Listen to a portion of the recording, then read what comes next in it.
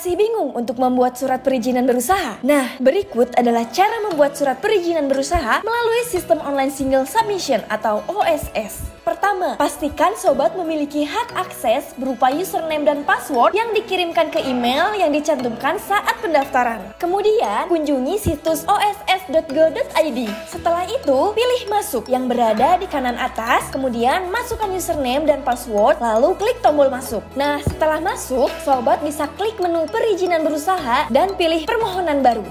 Dan sistem akan menampilkan data secara otomatis.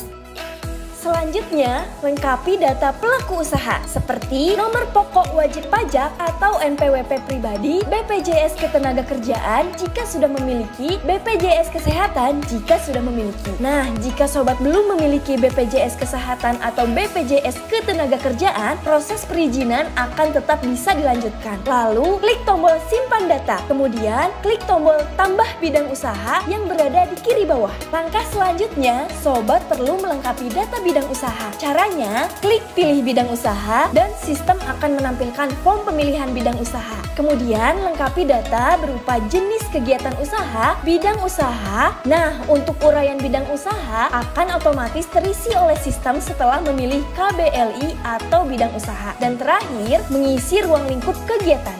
Setelah itu, klik tombol simpan. Berikutnya, sobat perlu melengkapi data detail bidang usaha. Data yang harus sobat lengkapi diantaranya nama usaha atau kegiatan, luas lahan usaha, alamat usaha, provinsi, kabupaten atau kota, kecamatan, kelurahan atau desa, kode pos. Kemudian ada pertanyaan, apakah kegiatan ini sudah berjalan? Kemudian, apakah Anda akan melakukan pembangunan gedung? Selanjutnya, mengisi modal usaha. Setelah itu, klik validasi resiko. Selanjutnya, lengkapi data detail bidang usaha untuk lokasi daratan. Data yang harus sobat lengkapi adalah luas lahan usaha, alamat usaha, provinsi, kabupaten atau kota, kecamatan, kelurahan atau desa, dan kode pos. Sobat dapat menginputkan lokasi usaha, lalu OpenStreetMaps, latitude dan longitude akan otomatis menyesuaikan lokasi sesuai yang sobat input. Setelah itu, lengkapi data detail bidang usaha untuk lokasi hutan. Data yang harus dilengkapi yakni pertama, lokasi kegiatan usaha. Kedua,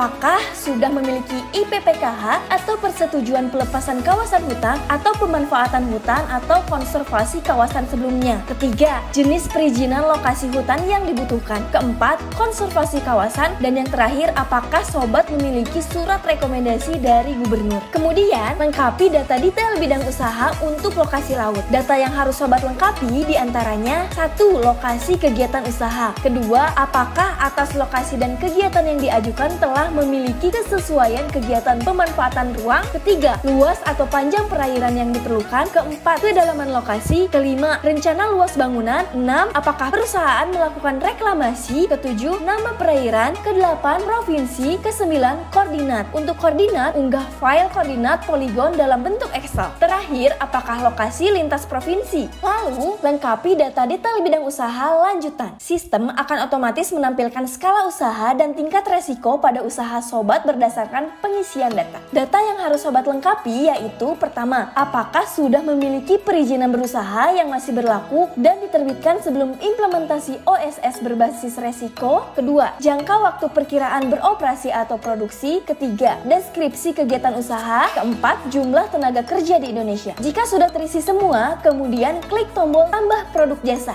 Setelah itu, sobat perlu mengisi data produk atau jasa. Data yang harus sobat lengkapi adalah jenis produk atau jasa, kapasitas per tahun, dan satuan kapasitas. Kemudian klik tombol simpan. Selanjutnya, lengkapi data produk atau jasa khusus UMK resiko rendah untuk perizinan tunggal dan KBLI tertentu. Data yang harus dilengkapi yaitu jenis produk atau jasa, kapasitas per tahun, satuan kapasitas, dan apakah Anda sudah memiliki sertifikat SNI? Jika ya, isi nomor sertifikat SNI dan masa berlaku SNI. Kemudian, apakah Anda sudah memiliki sertifikat halal? Jika ya, isi nomor sertifikat halal, tanggal terbit, dan tanggal berakhir. Setelah itu, klik tombol simpan. Kemudian, sobat perlu memeriksa daftar produk atau jasa. Sistem akan menampilkan kapasitas, satuan, dan jenis produksi. Jika sudah, kemudian klik tombol selesai. Setelah itu, periksa daftar usaha. Dan sistem akan menampilkan data berupa bidang usaha atau KBLI, lokasi usaha, dan data usaha. Setelah itu, klik tombol selanjutnya. Langkah selanjutnya adalah periksa daftar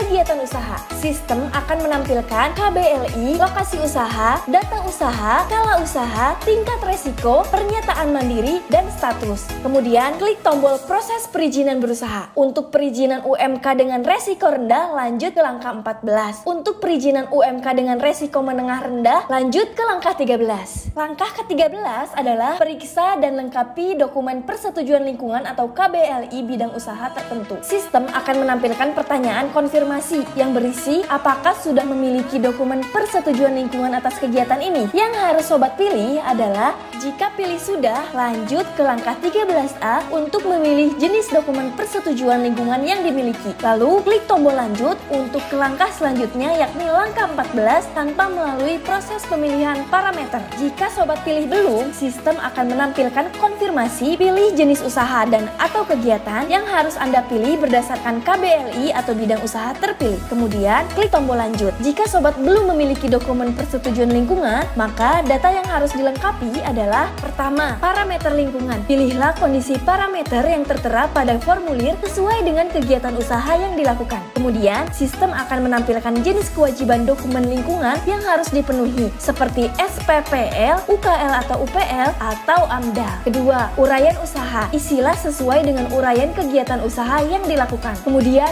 klik tombol lanjut. Selanjutnya, masuk ke langkah 14. Sistem akan menampilkan berbagai macam pernyataan mandiri sesuai dengan data dan informasi yang tersimpan sebelumnya, seperti pernyataan mandiri K3L, kesediaan memenuhi standar usaha, SPPL, dan lain-lain. Baca, pahami, dan klik checkbox masing-masing pernyataan mandiri. Kemudian, klik lanjut. Nah, khusus untuk perizinan tunggal dan pada KBLI tertentu yang membutuhkan standar nasional Indonesia atau SNI dan sertifikasi halal, sistem akan menampilkan pernyataan mandiri terkait hal tersebut. Khusus untuk perizinan yang membutuhkan komitmen terkait lingkungan hidup, sistem akan menampilkan pernyataan mandiri terkait lingkungan hidup seperti SPPL atau PKPLH. Kemudian, periksa draft perizinan berusaha. Sistem akan menampilkan draft NIB, lalu klik kontak centang atau checkbox. Selanjutnya, klik tombol terbitkan perizinan berusaha. Nah, kemudian perizinan berusaha untuk resiko rendah telah terbit yang meliputi pertama, NIB. Klik tombol cetak NIB. Dua, pernyataan mandiri, klik tulisan cetak. Selanjutnya, sobat dapat melihat, mengunduh, dan mencetak produk perizinan berusaha tersebut. Selanjutnya, perizinan berusaha untuk resiko menengah rendah telah terbit yang meliputi pertama, NIB. Klik tombol cetak NIB. Kedua, sertifikat standar. Klik tombol cetak sertifikat standar. Ketiga, PKPLH atau SKKL. Klik cetak persetujuan PKPLH atau SKKL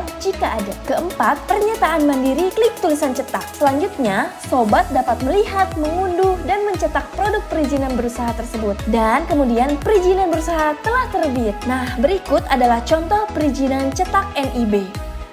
Dan yang ini adalah contoh perizinan cetak SS. Selamat mencoba!